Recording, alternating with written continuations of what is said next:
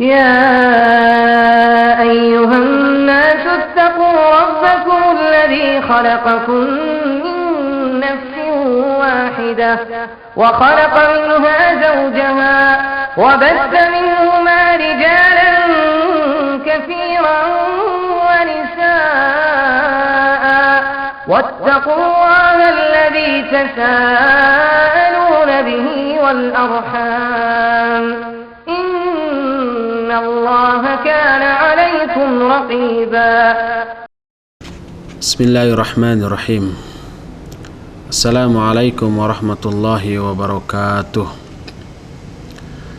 إن الحمد لله نحمده ونستعينه ونستغفره ونعوذ بالله من شرور أنفسنا وسيئات أعمالنا من يهده الله فلا مضل له ومن يضلل فلا هادي له وأشهد أن لا إله إلا الله وحده لا شريك له وأشهد أن محمدا عبده ورسوله يا أيها الذين آمنوا اتقوا الله حق تقاته ولا تموتن إلا وأنتم مسلمون. أما بعد فإن أصدق الحديث كتاب الله وخير الهدي هدي محمد صلى الله عليه وآله وسلم وشر الأمور محدثاتها وكل محدثة بدعة وكل بدعة ضلالة وكل ضلالة في النار. قال الله تعالى في كتابه الكريم: أعوذ بالله السميع العليم من الشيطان الرجيم. ومن آياته أن خلق لكم من أنفسكم أزواجا لتسكنوا إليها وجعل بينكم مودة ورحمة إن في ذلك لآيات لقوم يتفكرون. Ikhwati fillah azakumullah wa arsyadakum. Sebagai manusia yang banyak memiliki kelemahan, kita tidak bisa hidup sendiri tanpa pasangan di dunia ini. Pasangan itu amat sangat kita butuhkan dalam banyak aspek dan banyak hal.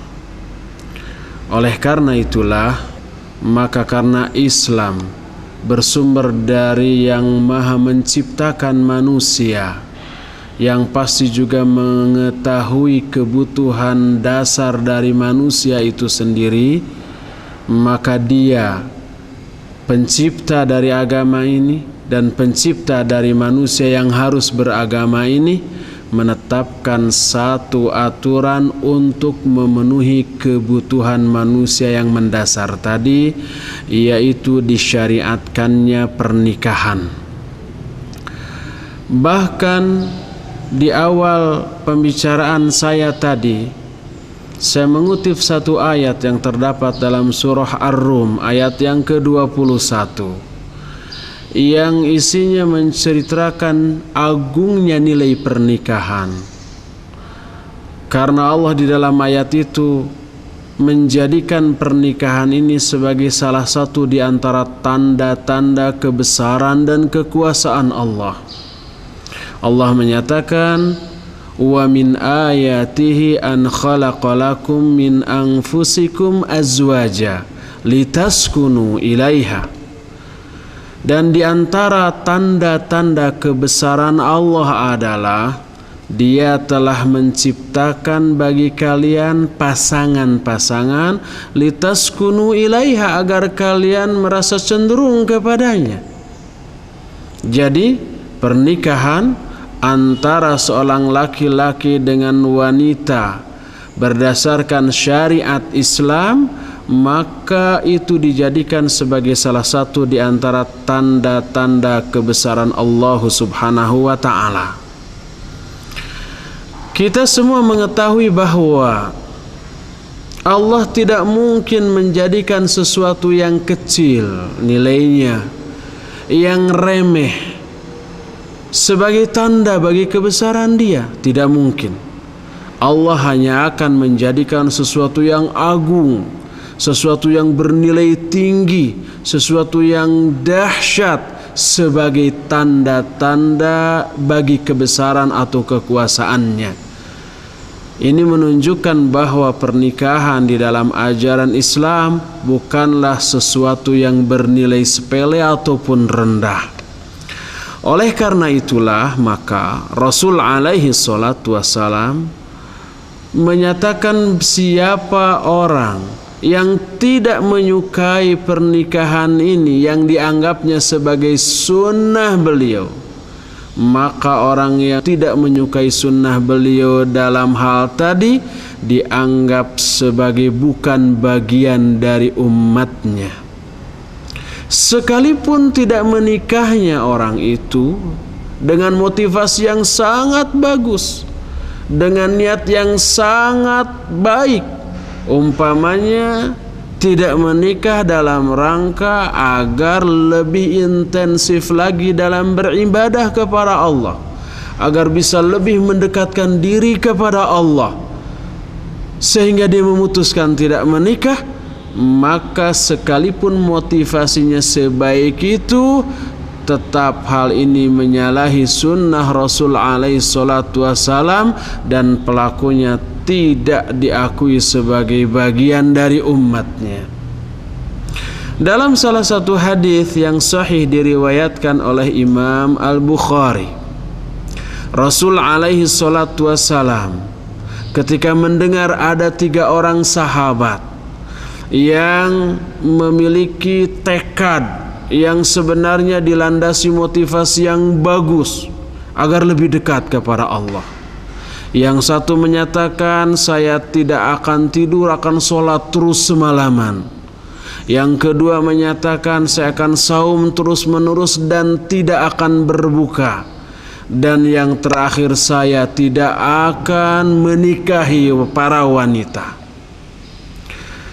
Ketika berita ini sampai kepada Nabi alaihi salatu wassalam, beliau mengingkari perbuatan ketiga sahabat tadi dengan mengatakan, ana akhsyakum billah, aku orang yang paling takut kepada Allah di antara kalian, tapi aku pun sholat, aku pun tidur, aku saum, aku pun berbuka, wa atazawwajun nisa, dan saya pun menikahi beberapa wanita.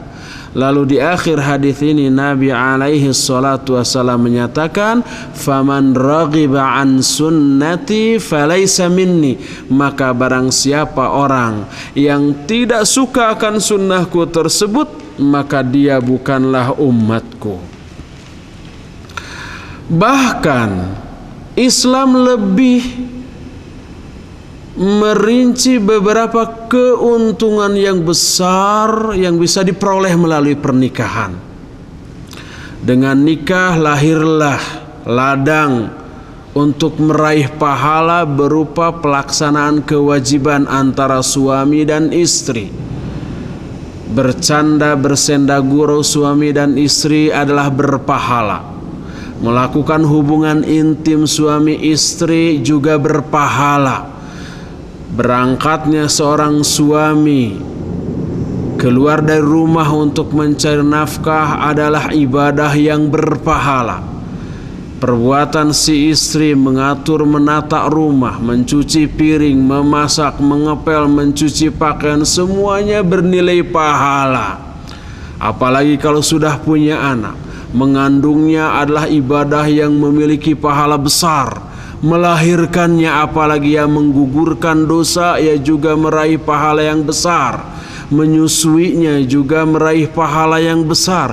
Mendidik anak sehingga menjadi anak yang soleh adalah satu ladang pahala yang akan menghasilkan pahala yang tiada henti, bukan hanya seumur hidup, bahkan sampai meninggalnya kedua orang tuanya.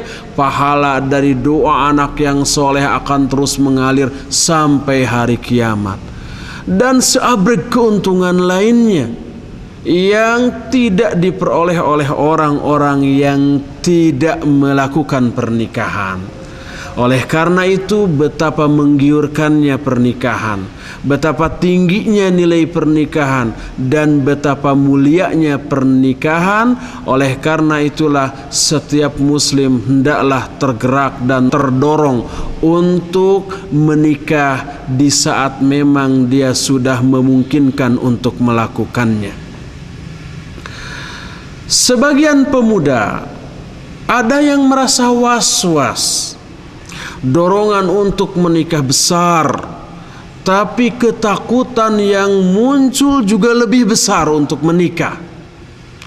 Hal ini disebabkan karena terlalu banyaknya pertimbangan, seperti khawatir tidak mampu menafkahi, khawatir terjadinya clash yang berkepanjangan dengan istrinya sehingga enggan atau wegah untuk menikah, dan seabrek alasan lainnya.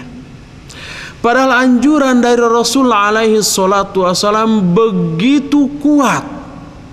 Kata Nabi alaihi salatu wasalam kepada para pemuda yang sudah memiliki hasrat yang besar untuk menikah, beliau menyatakan, ya ma'syar sabab, man istata'a minkumul ba'ah falyatazawwaj. Hai para pemuda, siapa di antara kalian yang sudah memiliki kemampuan untuk menikah, hendaklah cepat-cepat menikah. Karena apa? Fa innahu aghaddu lil basar wa ahsanu lil farj. Karena dengan menikah akan bisa semakin menundukkan pandangan orang tersebut dan semakin mampu menjaga farajnya. Wa man la fasyamu lahu wija. Tapi siapa yang belum memiliki kemampuan untuk menikah, belum memungkinkan untuk menikah karena satu dan lain hal, maka saum akan menjadi pengendali bagi dirinya, akan menjadi pengekang bagi syahwatnya. Hadis tersebut sahih, diriwayatkan oleh Imam Bukhari dan Muslim dalam dua kitab sahihnya. Walaupun anjuran begitu kuat dan besar dari Nabi alaihi salatu wasalam kepada para pemuda, tapi tetap rasa takut dan khawatir untuk melakukan pernikahan begitu besar dalam jiwa, sehingga banyak di kalangan para pemuda yang enggan atau menunda pernikahan entah sampai kapan. Sikap seperti ini termasuk bagian dari tipu daya setan. Mereka menanamkan rasa takut dan kekhawatiran kepada para pemuda tersebut untuk melakukan ibadah yang agung ini. Padahal ada jaminan baik dari Allah Subhanahu wa taala dalam Al-Qur'an maupun melalui lisan Rasulnya alaihi salatu wasalam dalam hadis-hadisnya yang sahih, bahwa Allah Subhanahu wa ta'ala pasti akan menolong, memberikan bantuan kepada pemuda atau siapapun yang mau melakukan pernikahan dalam rangka memelihara agama, akhlak dan kehormatannya. Di saat zaman seperti yang kita alami sekarang, dorongan atau hasrat seksual begitu besar, tetapi kondisi juga tidak memungkinkan bagi dia untuk menikah, sedangkan godaan begitu banyak. Banyaknya para wanita yang berpakaian tapi telanjang di tengah-tengah kita. Artinya berpakaian tapi pakaiannya tidak menutup aurat yang mestinya wajib ditutup. Banyaknya media informasi yang menyajikan informasi-informasi yang merangsang syahwat, baik itu majalah, buku, koran, apalagi televisi dan yang lain-lainnya. Semakin dahsyat godaan ini, sehingga tidak jarang orang yang terjerumus ke dalam kemaksiatan, perzinahan dan yang sejenisnya. Tapi sekalipun sehebat itu godaan, sekalipun sebesar itu daya dorong seksual yang dimiliki oleh pemuda, Sekalipun seagung itu nilai pernikahan, banyak para pemuda yang tetap enggan untuk melakukan pernikahan atau menundanya hanya karena khawatir tidak mampu menafkahi istri dan anak-anaknya. Padahal Rasul alaihi salatu wasallam bersabda dalam salah satu hadisnya, beliau menyatakan, "Thalathatun haqqun 'ala Allahi 'azza wa jalla aunuhum." Ada 3 kelompok manusia yang sudah menjadi kewajiban bagi Allah azza wa jalla untuk menolong mereka. Pertama adalah al-makatib yuridul ada. Pertama, hamba sahaya yang bermaksud ingin menebus diri kepada tuannya agar terbebas dari status perbudakannya. Kedua, an-nakih yabghil afaf, orang yang menikah dalam rangka untuk memelihara diri dari kemaksiatan atau perzinahan atau yang sejenisnya. Dan yang ketiga, yang terakhir adalah al-mujahidu fi sabilillah, orang yang berjihad di jalan Allah. Hadis ini sahih, diriwayatkan oleh Imam An-Nasai dan Imam At-Tirmidzi dengan sanad yang sahih. Hadis ini merupakan penguat dari beberapa ayat Al-Quran yang menyatakan Allah subhanahu wa ta'ala menjamin rizki orang yang akan menikah. Allah dalam salah satu ayat berfirman, "Wa ma min dabatin fil ardi illa 'ala Allahi rizquha."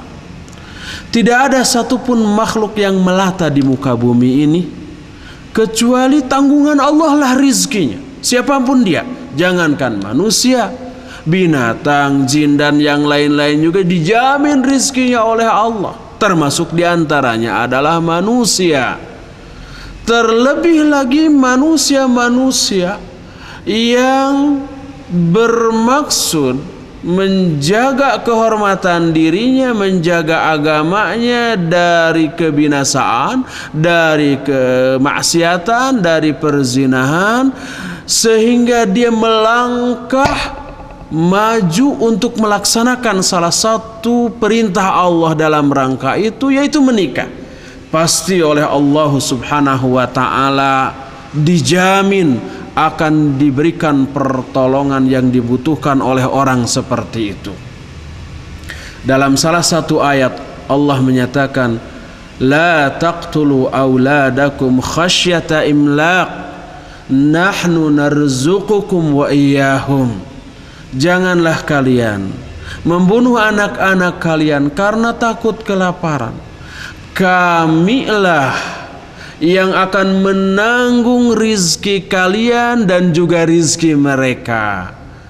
Oleh karena itulah Abu Bakar As-Siddiq radhiyallahu anhu ketika menafsirkan salah satu ayat bahwa Allah akan memberikan kecukupan kepada orang yang menikah dalam rangka untuk memelihara diri, kata Abu Bakar As-Siddiq radhiyallahu anhu, beliau menyatakan bahwa barang siapa orang yang mentaati Allah dengan cara menikah untuk memelihara kehormatan diri, maka Allah akan memberikan jaminan kepada dia berupa memberikan rizki yang akan mencukupi dia dan keluarganya.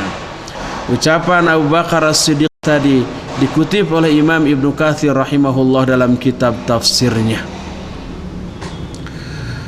Lalu kalau umpamanya seorang pemuda sudah memiliki tekad yang bulat untuk menikah, apa yang harus dia lakukan?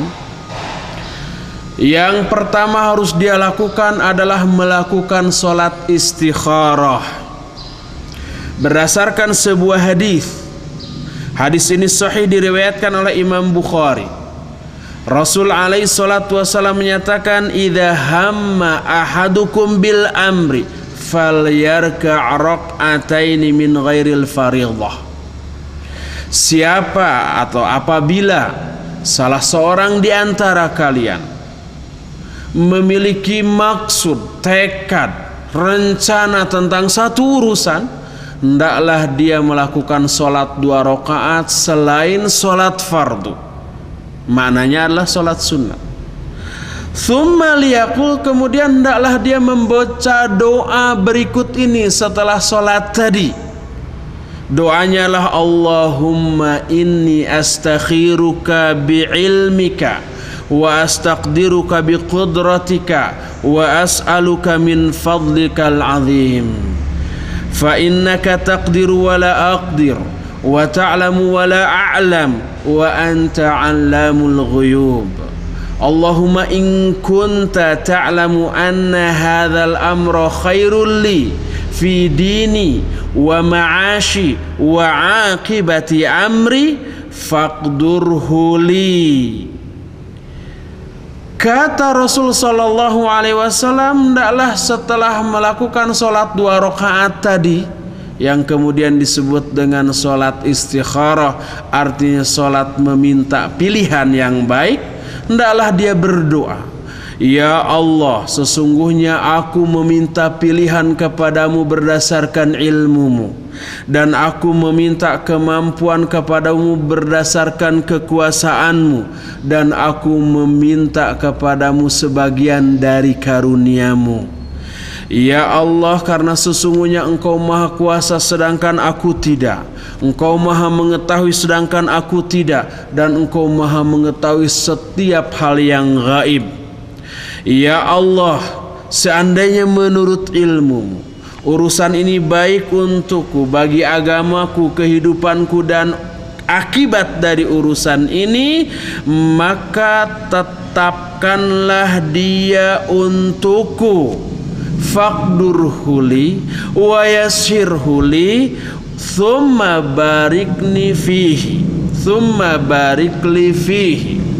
Tetapkanlah dia untukku, mudahkanlah dia untukku, dan berkahilah aku dalam hal itu. Kemudian kelanjutan, wa in kunta ta'lamu anna hadzal amra syarrul li fi dini wa ma'ashi wa akibati amri fasrifhu anni wasrifni anhu waqdir liyal khaira haitsu ma kunt thumma rdini bi. Ya Allah, seandainya menurut ilmumu urusan ini jelek untukku, untuk agamaku, untuk kehidupanku, dan untuk akibat dari urusan ini, maka palingkan dia dari aku dan palingkan aku dari dia. Kemudian tetapkanlah bagiku hal yang lebih baik, kemudian ridhoilah olehmu aku dalam hal tersebut. Ini adalah doa istikharah yang ditunaikan dalam rangka meminta pilihan. Lebih utama apabila sholat istikharah ini dilakukan di sepertiga akhir malam. Pertama, karena waktu tersebut adalah waktu yang memungkinkan kita untuk melakukan ibadah dengan khusyuk. Tidak ada gangguan, tidak ada kegaduhan, tidak ada keributan, sehingga mungkin kita lebih konsentrasi di dalam melakukan sholat kepada Allah. Yang keduanya, pada saat sepertiga akhir malam tersebutlah saat yang paling mustajab untuk berdoa. Di sepertiga malam yang terakhir itu Allah turun dari arasy-Nya ke langit dunia lalu menantang, hal min mustaghfirin illa ghafartulah wa hal min sa'ilin illa ataituh. Tidak ada satupun orang yang meminta ampun pada saat ini kepadaku kecuali aku akan berikan ampunan. Tidak ada seorang pun yang meminta sesuatu kepadaku kecuali pasti akan aku berikan apa yang dia minta itu, dan tidak ada seorang pun yang berdoa kepadaku pada saat itu kecuali pasti akan aku kabulkan doanya. Oleh karena itu, apabila sholat istikharah dilakukan pada saat tersebut, maka itu jauh lebih baik dibandingkan dengan waktu-waktu yang lainnya. Disunnahkan menurut Imam An-Nawawi rahimahullah untuk membaca surah Al-Kafirun di rakaat yang pertama dalam salat istikharah tersebut. Setelah iftitah Al-Fatihah, kemudian surah Al-Kafirun. Di rakaat keduanya seusai membaca Al-Fatihah dianjurkan untuk membaca surah Al-Ikhlas. Kedua surat tersebut merupakan dua surat yang tidak panjang, pendek tapi padat isinya. Sekalipun apa yang dinyatakan oleh Imam An-Nawawi rahimahullah tersebut tidak ditunjang dengan nas hadis, akan tapi kata Imam Ibnu Hajar Al-Asqalani rahimahullah, kedua surat itu amat sangat cocok dibaca dalam salat istikharah karena kedua surat itu disebut sebagai surah Al-Ikhlas dan itu amat sangat sesuai dibaca bagi orang yang ingin meminta kepada Allah atas keikhlasan dan dengan cara memurnikan ibadah hanya dan hanya kepada Allah Subhanahu wa ta'ala. Selanjutnya, apabila telah melakukan istikharah dan telah menjatuhkan pilihan kepada calon istri dengan memperhatikan beberapa kriteria yang harus dimiliki oleh calon istri tersebut. Ingat, memilih calon istri harus berdasarkan pertimbangan yang matang. Sebab istri kita nanti adalah orang yang paling besar peranannya di dalam mendorong kesuksesan kita atau dalam menghancurkan kita. Seseorang bisa sukses karena peran istrinya. Sebaliknya seseorang bisa binasa, bisa hancur, bisa terpuruk juga karena seorang istri. Selain itu istri kitalah yang bisa membuat betah tidaknya kita di rumah. Karena sikapnya kalau ramah, menyenangkan, kita akan betah. Sebaliknya kalau umpamanya sikap sang istri mengecewakan kita, menyebalkan kita, maka kita tidak mungkin betah. Istri pula lah yang akan menata rumah kita. Apakah seusai kita pulang dari pekerjaan atau dari manapun ke rumah itu sudah tertata dengan baik, rapi dan menyenangkan sehingga kita betah, ataukah masih semrawut sehingga kita tidak betah berdiam diri di dalamnya. Selain itu istri kita pun adalah orang yang akan mengandung anak kita, melahirkan anak kita dan mendidik, membina anak-anak kita. Apakah istri kita mampu tidaknya melakukan semuanya itu akan berpengaruh besar pada kualitas, karakter, sifat atau kesolehan anak-anak kita. Kalau tidak mampu mendidiknya, maka anak-anak kita akan tumbuh dengan liar, akhirnya nakal, akhirnya membuat malu kita sebagai orang tuanya. Seluruhnya itu amat sangat dipengaruhi oleh kualitas seorang ibu bagi anak-anak kita, kualitas istri yang menjadi pendamping hidup kita selama kita hidup di alam dunia ini. Oleh karena itu tidak boleh sembarangan memilih dan menetapkan calon pendamping kita ini. Oleh karena itu ada beberapa kriteria yang telah ditetapkan oleh ajaran Islam. Pertama, pilihlah seorang wanita yang solihah. Pilihlah dia karena agamanya, bukan karena kecantikannya, kekayaannya, atau bukan karena kehormatan keluarganya. Kekayaan, kehormatan keluarga dan kecantikan memang semuanya itu penting dan memiliki nilai peran terhadap keharmonisan kita dengan istri kita. Tetapi ada yang jauh lebih penting dari tiga hal tadi, yaitu agamanya. Cantik tapi berakhlak bejat, bisa nyeleweng. Cantik, kaya, kemudian terhormat, tetapi umpamanya agamanya amat sangat tipis, tidak punya iman, dia akan banyak dan sering mengeluh, sering merongrong, berbuat kurang ajar kepada suaminya, tidak hormat dan tidak mau taat. Apakah istri yang cantik, kaya dan terhormat tapi tidak soleh seperti itu akan menyenangkan kita sebagai suaminya? Tentu saja tidak mungkin. Tapi kalau kesolihan ini yang menjadi ukuran dan pertimbangan utama kita dalam memilih calon istri, dijamin rumah tangga kita akan bahagia dan sumber kebahagiaan kita dunia sampai ke akhirat.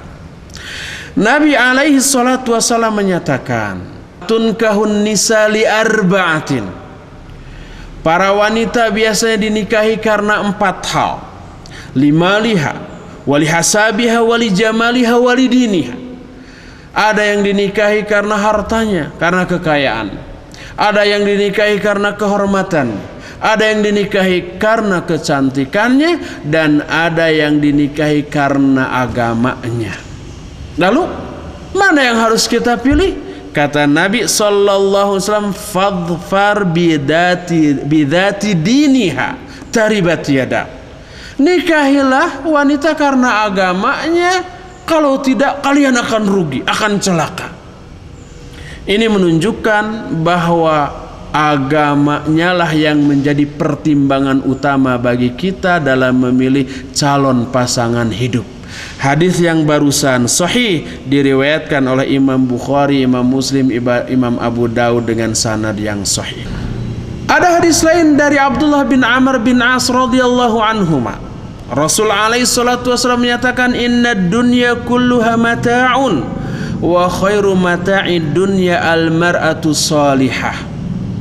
Kata Nabi alaihi salatu wasallam, dunia ini semuanya perhiasan, semuanya kesenangan, dan sebaik-baik kesenangan dunia adalah seorang wanita yang salihah.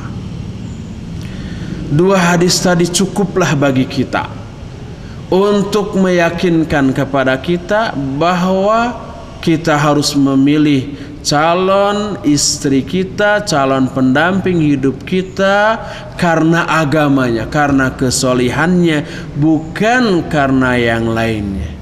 Adapun kalau ada wanita ya solihah, ya cantik, ya kaya, ya juga terhormat, alhamdulillah, itu anugerah besar bagi suami yang memiliki istri yang seperti itu. Tapi amat sangat sulit wanita yang memiliki semuanya. Oleh karena itu yang harus diprioritaskan dan diutamakan adalah memilih calon istri karena agamanya, karena keimanannya, karena kesolihahannya. Yang pertama. Kedua, pilihlah seorang wanita yang masih gadis. Ini bukan kewajiban, bukan keharusan, tetapi lebih utama berdasarkan salah satu hadis. Hadis ini diterima dari Jabir bin Abdullah radhiyallahu anhu. Kata Jabir, sa'alani Rasulullah sallallahu alaihi wasallam, hal tazawwajta? Qultu na'am. Qala biman? Qultu bi fulanah binti fulan bi ayyimin kanat bil Madinah. Qala fahalla bikran tula'ibuha wa tula'ibuk. Kata Jabir bin Abdullah, Rasulullah SAW bertanya kepadaku, apakah kamu sudah menikah?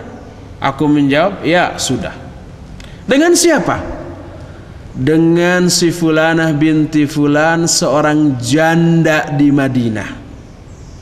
Kata Nabi SAW, kenapa kamu tidak menikahi seorang gadis sehingga kamu bisa bersenda gurau dengannya dan dia pun bisa bercengkrama denganmu?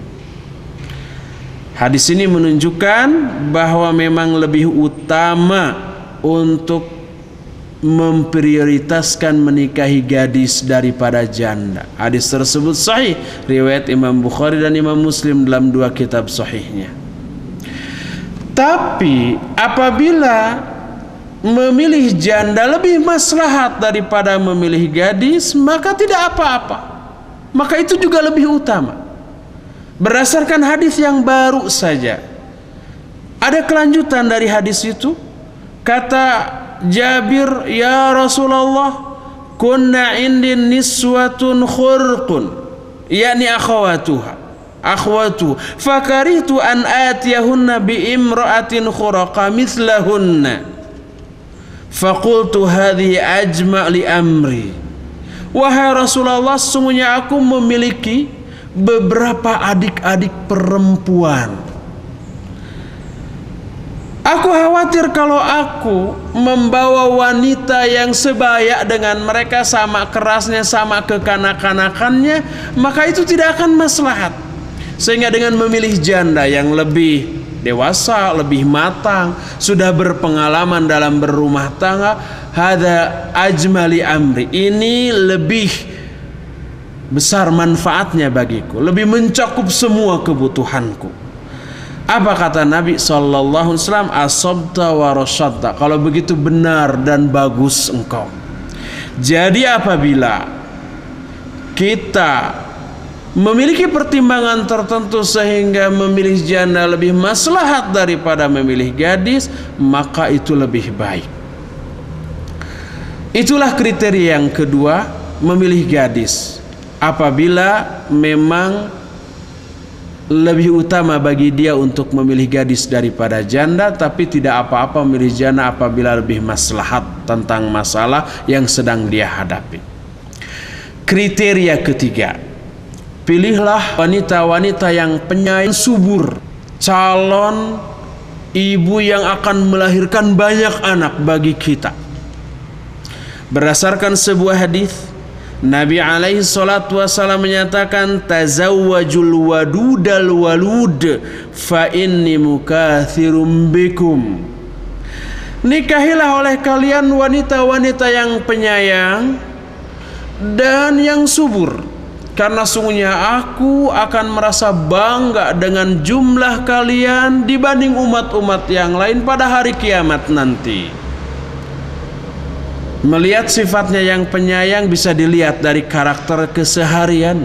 Bisa ditanyakan kepada sahabat-sahabat dekatnya, apa dia penyayang kepada anak-anak ataukah cuek kepada anak-anak.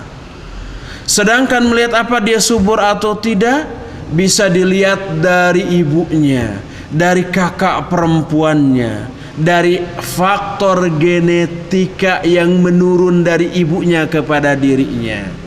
Kalau ibunya beranak banyak, kemudian kakak-kakak perempuannya juga begitu, insya Allah dia pun akan mewarisi karakter atau sifat seperti itu. Ini ikhtiar lahiriah yang bisa kita lakukan secara maksimal. Tapi kalau sudah kita lihat ibunya anaknya banyak, kemudian kakak-kakak perempuannya juga anaknya banyak, terus setelah kita nikahi ternyata dia mandul, qadarullah wa masya'fa. Itu takdir Allah yang Allah tetapkan untuk kita, dan apa yang Allah kehendaki pasti akan terjadi, pasti akan dia lakukan. Jadi yang ketiga adalah memilih wanita-wanita yang penyayang dan subur dengan melihat ibu dan kakak-kakak perempuan. Setelah kita menetapkan pilihan untuk menjadi istri kita atau pendamping hidup kita, apalagikah yang harus kita lakukan? Pertama, kita harus berupaya untuk melihat terlebih dahulu kepada si wanita itu, menadhar, baik melihatnya itu secara terang-terangan, sepengetahuan calon istri yang akan kita nikahi, atau sekalipun tanpa sepengetahuan dia dengan harus mengintip. Dalam banyak hadis dikatakan, salah satunya adalah seorang tabi'in namanya Sulaiman bin Abi Hathmah. Dia berkata, ra'aitu Muhammad ibn Maslamah yutaridu imra'atan bibasarihi ala ajar yuqalu laha Buthainah binti Ad-Dhahhak. Faqultu lahu ataf'alu hadha wa anta sahibu Rasulillah sallallahu alaihi wa alihi wasallam. Kata Sulaiman bin Abi Hathmah, aku melihat seorang sahabat Nabi sallallahu alaihi wasallam, namanya Muhammad bin Maslamah. Dia sedang mengintip seorang wanita dengan tatapan matanya di balik sebatang pohon. Wanita yang diintipnya itu namanya Buthainah binti Ad-Dhahak. Dia saudarinya Abu Jubairah. Lalu aku tegur dia. Aku katakan kepada Muhammad bin Maslamah, kamu melakukan ini padahal kamu adalah sahabat Rasul sallallahu alaihi wasallam. Apa jawab Muhammad bin Maslamah? Dia menyatakan, na'am. Qala Rasulullah sallallahu alaihi wa alihi wasallam, idza alqallahu fi qalbi rajulin khitbata imra'atin fala ba'sa ayanzura ilaiha. Ya, saya ngintip, kata Muhammad bin Maslamah. Karena Rasul sallallahu alaihi wasallam pernah bersabda, apabila Allah telah memberikan satu perasaan ke dalam hati seorang laki-laki untuk melamar seorang wanita, maka tidak apa-apa bagi laki-laki itu untuk memandang terlebih dahulu kepada wanita tersebut. Hadis ini sahih diriwayatkan oleh Imam Ibnu Majah, oleh Imam Ahmad, Imam Abu Daud At-Tayalisi dan yang lainnya dengan sanad yang sahih. Ada lagi riwayat dari Jabir bin Abdullah radhiyallahu anhuma.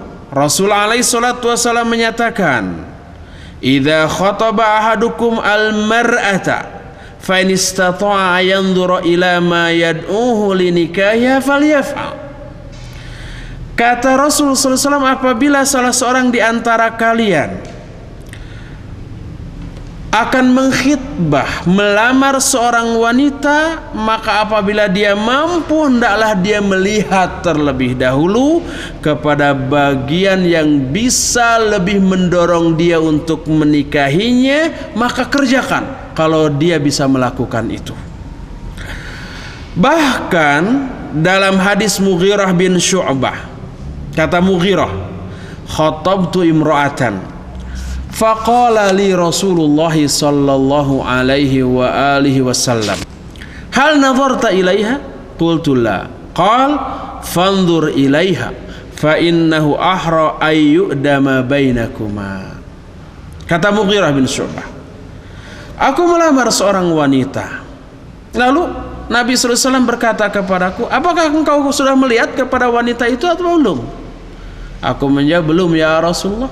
Kata beliau, lihat dulu dia, karena hal itu akan lebih mendawamkan keharmonisan di antara kalian. Hadis yang barusan diriwayatkan oleh Imam An-Nasai, Imam At-Tirmidzi dengan sanad yang sahih. Itulah yang harus dilakukan oleh seorang laki-laki setelah dia memiliki pilihan yang sudah pasti, yaitu menazar wanita yang akan dinikahinya atau melihat dulu kepada wanita yang akan dinikahinya tersebut. Setelah mantap hasil dari nazar tersebut, maka mulailah mengajukan lamaran kepada wali bagi wanita tersebut. Yang dimaksud wali adalah orang yang paling berwenang kepada wanita tersebut, yaitu ayahnya. Kalau ayahnya tidak ada, maka oleh kakeknya dan seterusnya ke atas. Kalau tidak ada juga, kalau dia janda dan punya anak laki-laki, maka melamar ke anaknya kalau anaknya laki-laki dan sudah dewasa. Kalau tidak ada, ke kakaknya atau ke adiknya atau ke pamannya atau ke orang yang memiliki hubungan kerabat yang terdekat dengan wanita tersebut. Ketika mengajukan lamaran dan menazar atau memandang kepada wanita tersebut, ada beberapa hal yang perlu diperhatikan. Yang pertama, tidak boleh berkholwat atau berdua-dua, baik ketika melamar ataupun ketika nazar dengan wanita tersebut.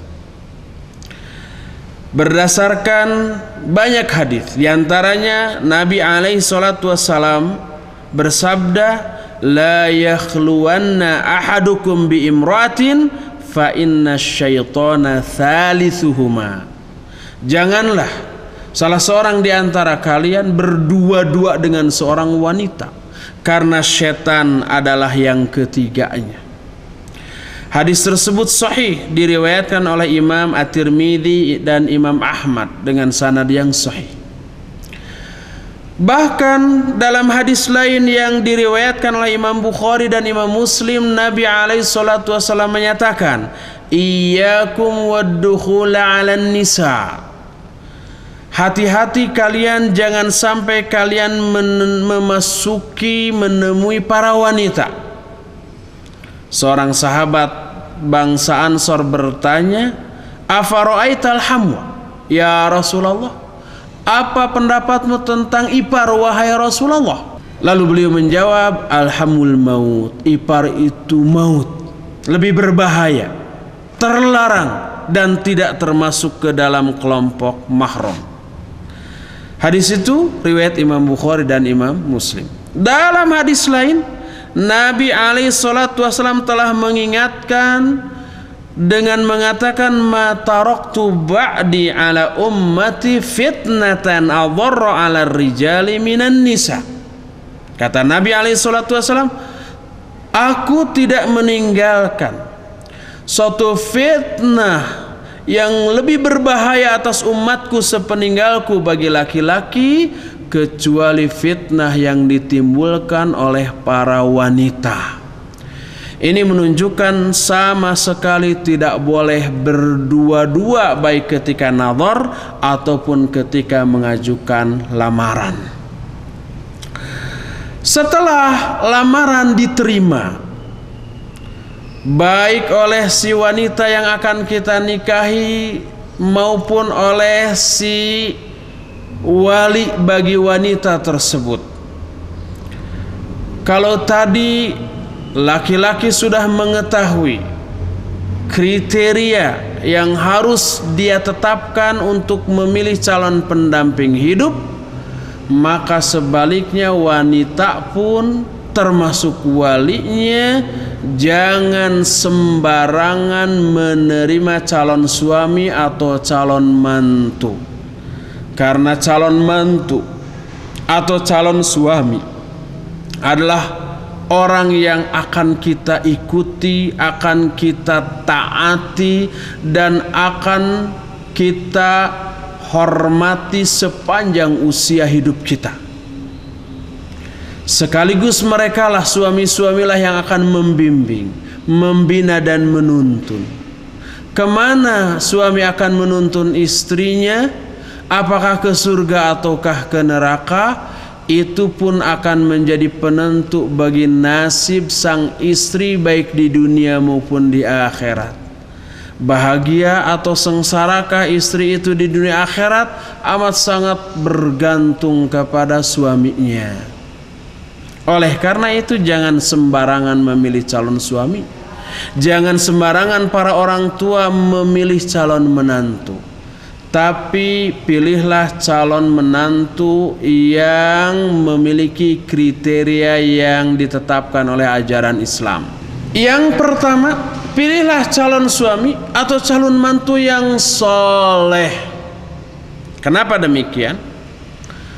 Karena apabila suami itu soleh, lalu ternyata mencintai istrinya, istrinya akan dimuliakan semulia-mulianya. Tapi apabila kenyataannya suami tersebut tidak mencintai istrinya karena banyaknya kekurangan yang dimiliki oleh istrinya dari berbagai macam segi, maka suami yang mulia tersebut tidak akan sampai menzalimi dan menghinakannya. Kata Nabi alaihi salatu wassalam dalam salah satu hadis yang sahih yang derajatnya hasan diriwayatkan oleh Imam At-Tirmidzi, beliau menyatakan, "Idza ja'akum man tardawna dinahu wa khuluquhu fankihuhu illa taf'alu takun fitnatun fil ardi wa fasadun 'arid." Apabila datang kepada kalian hai para wali seorang pemuda yang bagus agamanya dan akhlaknya, nikahkan dia dengan putrimu.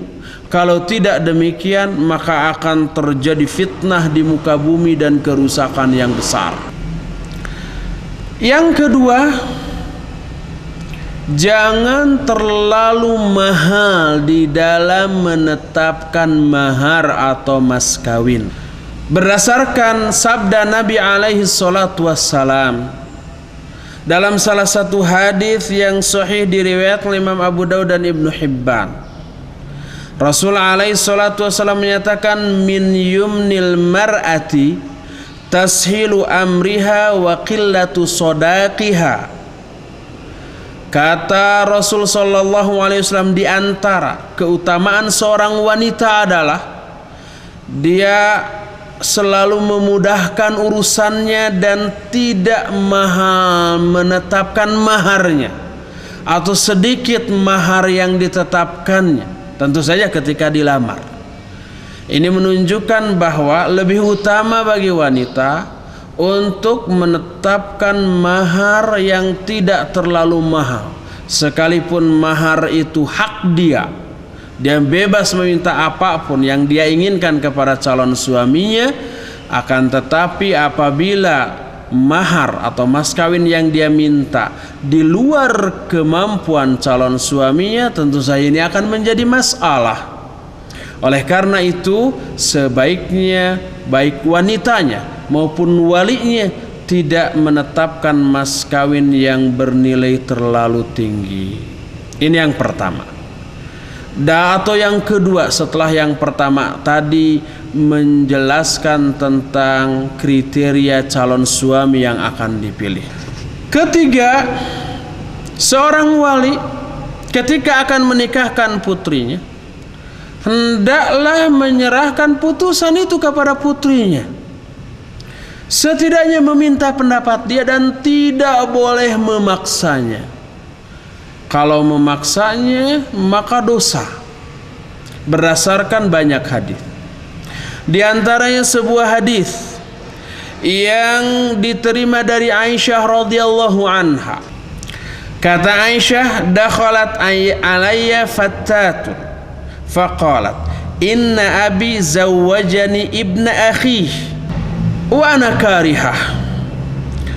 Qalat ijlisi hatta ya'ti Rasulullah sallallahu alaihi wasallam.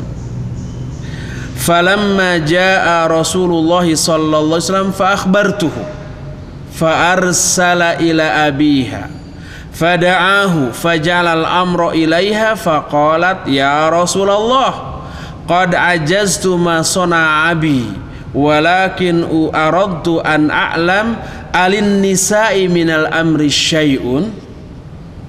Kata Aisyah radhiyallahu anha, suatu saat datang seorang gadis kepadaku.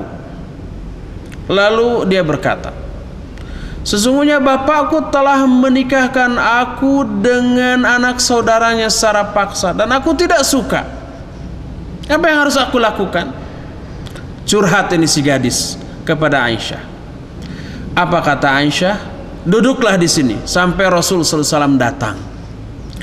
Setelah Rasul SAW datang, aku kabarkan hal itu kepada Rasul SAW. Lalu beliau mengutus seseorang untuk memanggil bapak si gadis tersebut. Setelah datang, lalu urusan keputusan pernikahan itu sepenuhnya diserahkan kepada si gadis. Lalu si gadis berkata, wahai Rasulullah, aku telah izinkan, aku telah bolehkan apa yang telah dilakukan oleh bapakku. Tapi aku bertindak seperti ini sekedar untuk tahu bahwa wanita juga memiliki hak dalam masalah ini. Hadis ini menjelaskan bahwa tidak boleh seorang bapak, seorang wali bersikap otoriter memaksa putrinya untuk menikah dengan lelaki pilihannya tanpa persetujuan si wanita tersebut. Lalu bagaimana isyarat persetujuan si wanita, mengingat dia ini amat sangat pemalu? Mungkin dalam hatinya sudah besar keinginan untuk menikah, Tapi untuk belak-belakan terus terang kepada orang tuanya amat sangat malu. Jangankan bicara lebih dahulu, ditanya pun apa kamu sudah ingin nikah, karena rasa malu yang besar dia diam. Kebanyakan seperti itu. Tapi mungkin para wanita modern sekarang ini tidak seperti itu lagi. Dilarang pun maksa minta. Tapi mungkin ada wanita-wanita yang masih memiliki rasa malu yang besar. Dalam salah satu hadis, Nabi alaihi salatu wasallam menyatakan, la tunkahu thayyibu hatta tusta'adhan, wa la tunkahul bikr hatta tusta'mar. Qalu ya Rasulullah kaifa idnuha? Qala idnuha an taskut.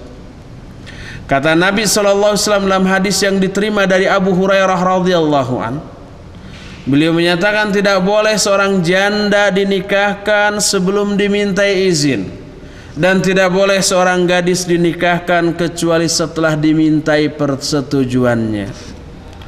Lalu para sahabat bertanya, bagaimana tanda izin dari gadis ya Rasulullah?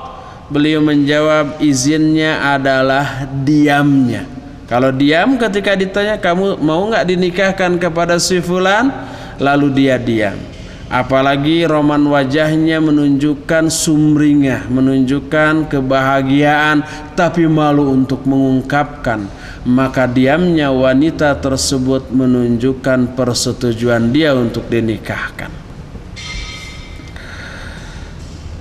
Bahkan boleh pula seorang wali atau seorang ayah menawar-nawarkan putrinya kepada laki-laki yang dianggap saleh, dan ini tidak haram selama si putrinya tersebut memang menyerahkan urusan pernikahan ini kepada bapaknya. Tidak diharamkan, tidak dilarang, dan tidak mengurangi kemuliaan dan kehormatan baik si ayah maupun si wanita tersebut.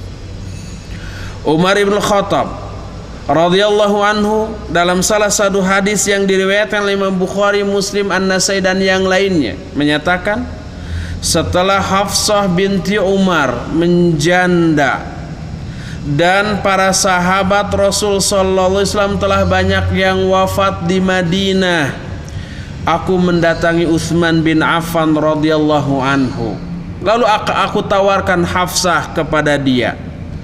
Aku berkata, wahai Utsman, kalau engkau mau akan aku nikahkan engkau kepada Hafsah. Apa kata Utsman? Aku lihat dulu keadaan diriku.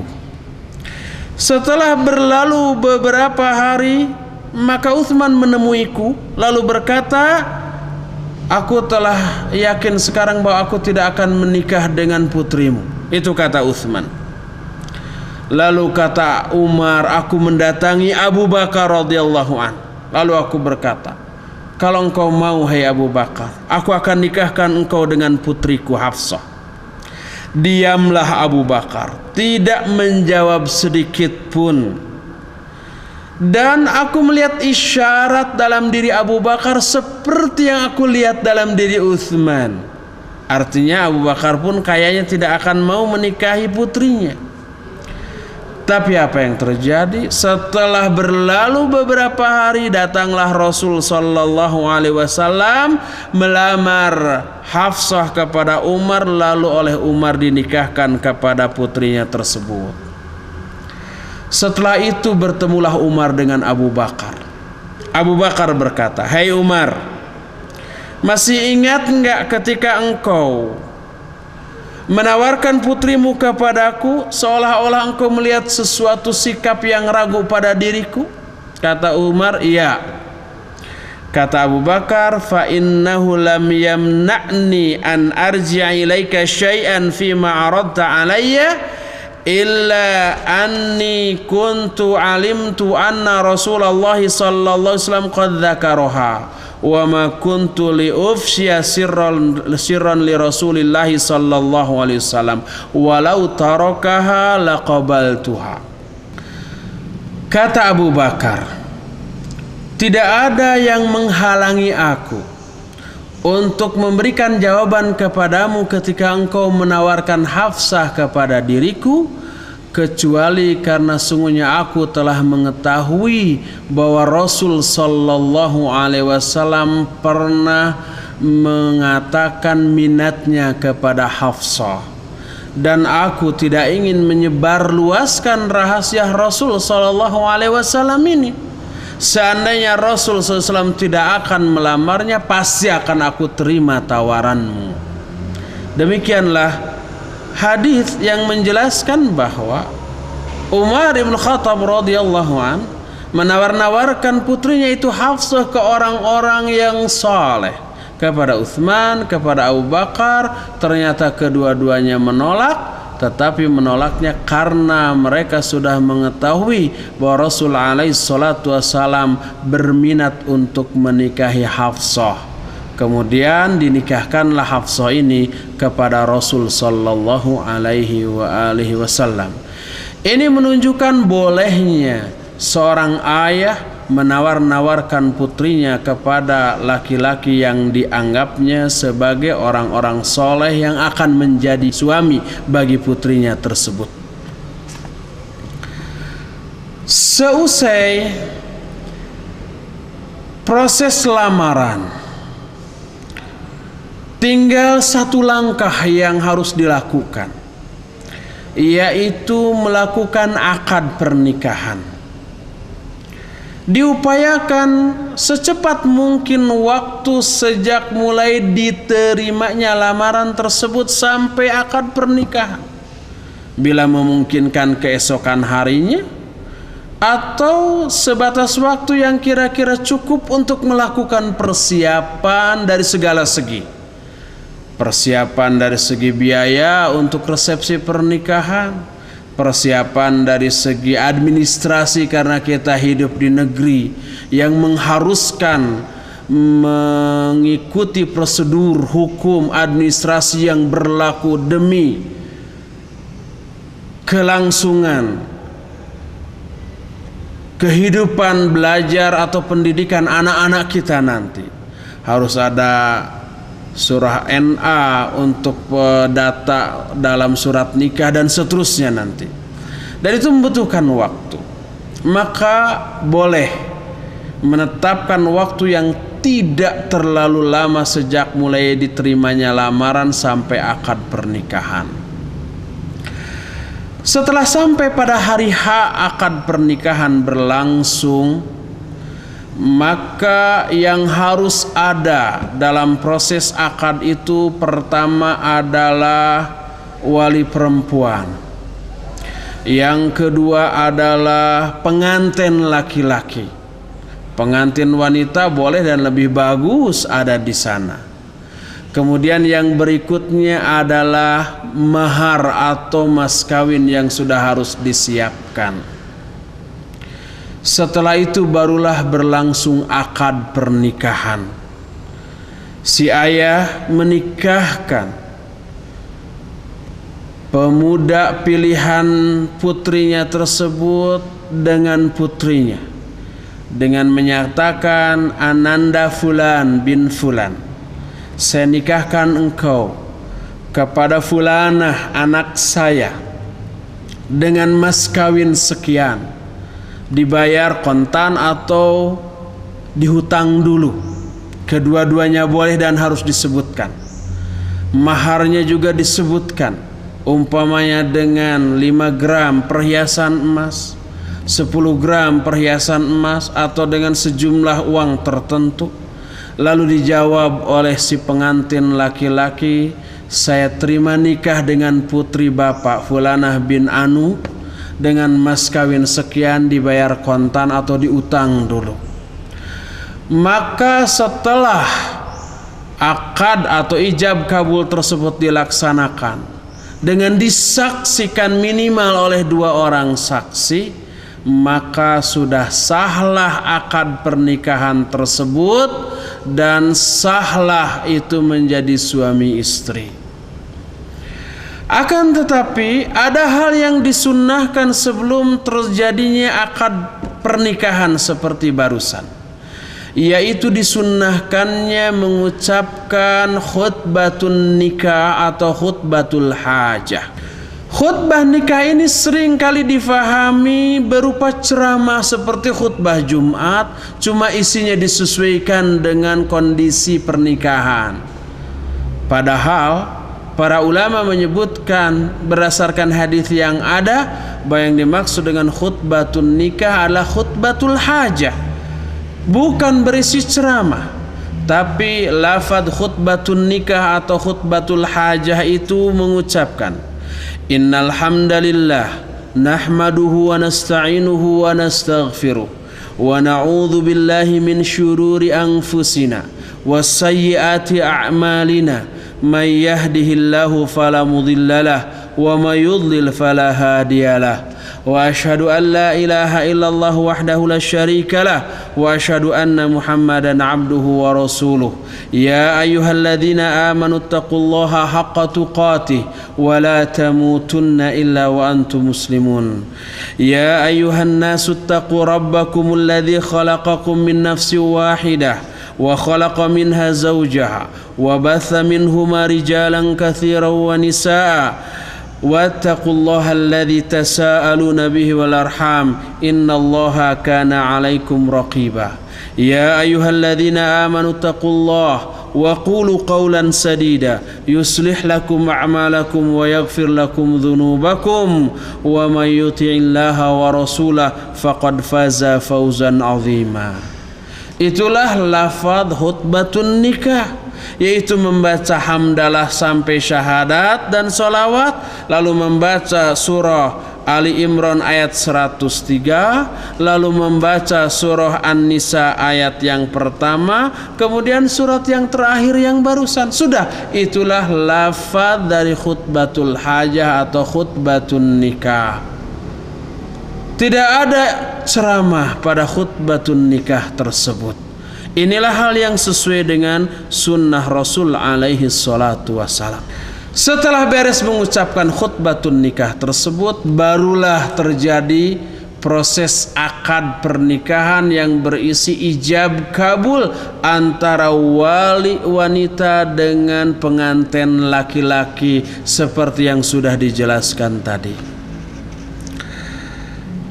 Setelah itu yang harus dilakukan sesuai dengan sunnah adalah mengadakan walimah atau resepsi pernikahan dengan cara mengundang orang-orang untuk menyantap makanan yang sebelumnya sudah disediakan.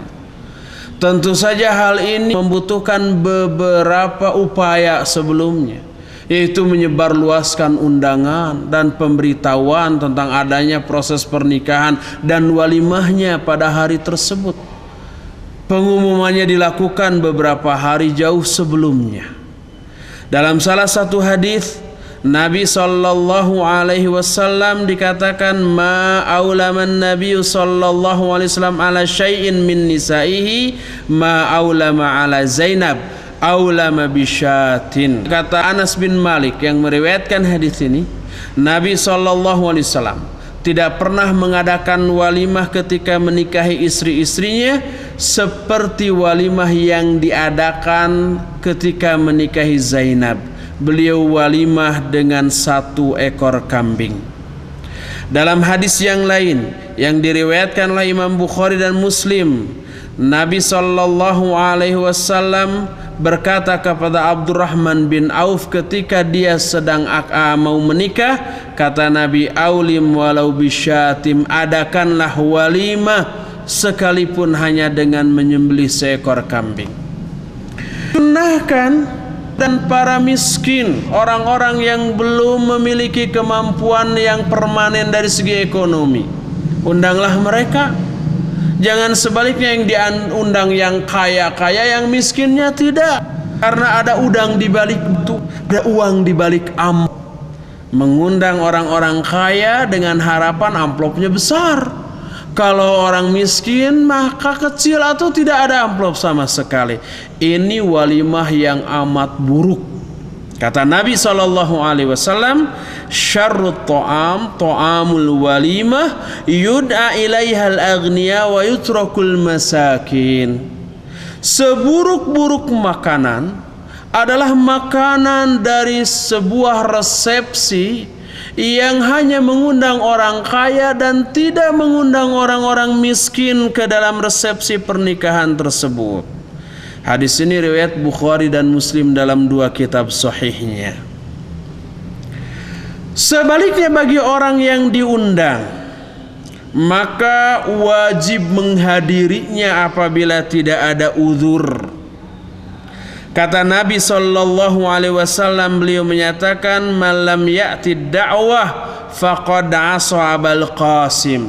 Siapa orang yang tidak memenuhi undangan walimah, maka berarti dia telah maksiat kepada Abul Qasim. Abul Qasim adalah dirinya, yaitu Nabi Muhammad SAW.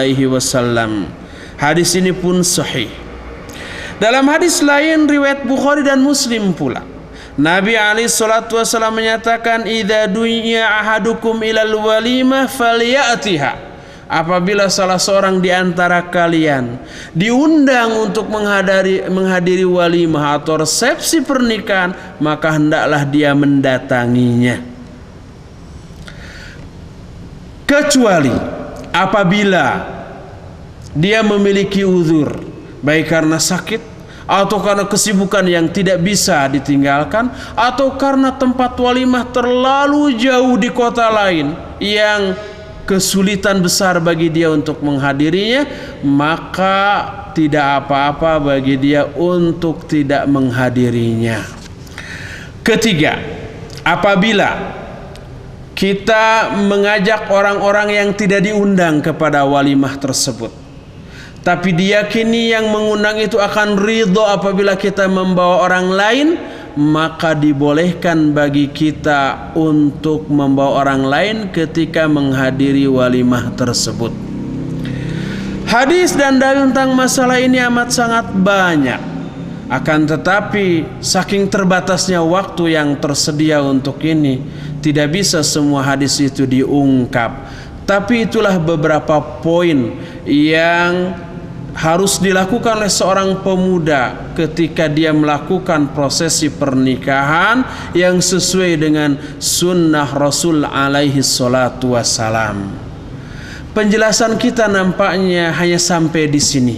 Sejak mulai seseorang punya keinginan untuk menikah, sampai terjadinya akad nikah dan sampai walimah.